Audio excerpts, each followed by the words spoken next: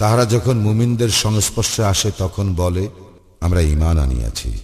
আবার যখন তাহারা নিভৃত্তে একে অন্যের সঙ্গে মিলিত হয় তখন বলে, আল্লাহ তোমাদের কাছে যাহা ব্যক্ত করিয়াছেন তোমরা কি তাহা তাহাদেরকে বলিয়া দাও।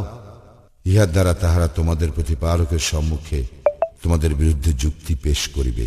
তোমরা কি অনুধাবন করো না? তাহারা কি জানে না যে যাহা তাহারা গোপন রাখে কিংবা ঘোষণা করে নিশ্চিতভাবে আল্লাহ তাহা জানেন। তাহাদের মধ্যে এমন কিছু নিরক্ষর লোক আছে যাহাদের মিথ্যা আশা ব্যতীত কিতাব সম্বন্ধে কোনো জ্ঞান নাই। তাহারা শুধু অমূলক ধারণা পোষণ করে।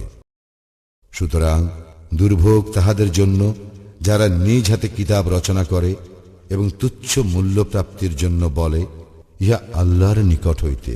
তাহাদের হাত যাহা রচনা করিয়াছে তাহার জন্য শাস্তি তাহাদের, এবং যাহা তাহারা উপার্জন করে তাহার জন্য শাস্তি তাহাদের। তাহারা বলে, দিন কতক ব্যতীত অগ্নি আমাদেরকে কখনো স্পর্শ করিবে না। বলো, তোমরা কি আল্লাহর নিকট হইতে অঙ্গীকার নিয়াছ? অতএব আল্লাহ তাহার অঙ্গীকার কখনো ভঙ্গ করিবেন না, কিংবা আল্লাহ সম্বন্ধে এমন কিছু বলিতেছ যাহা তোমরা জানো না।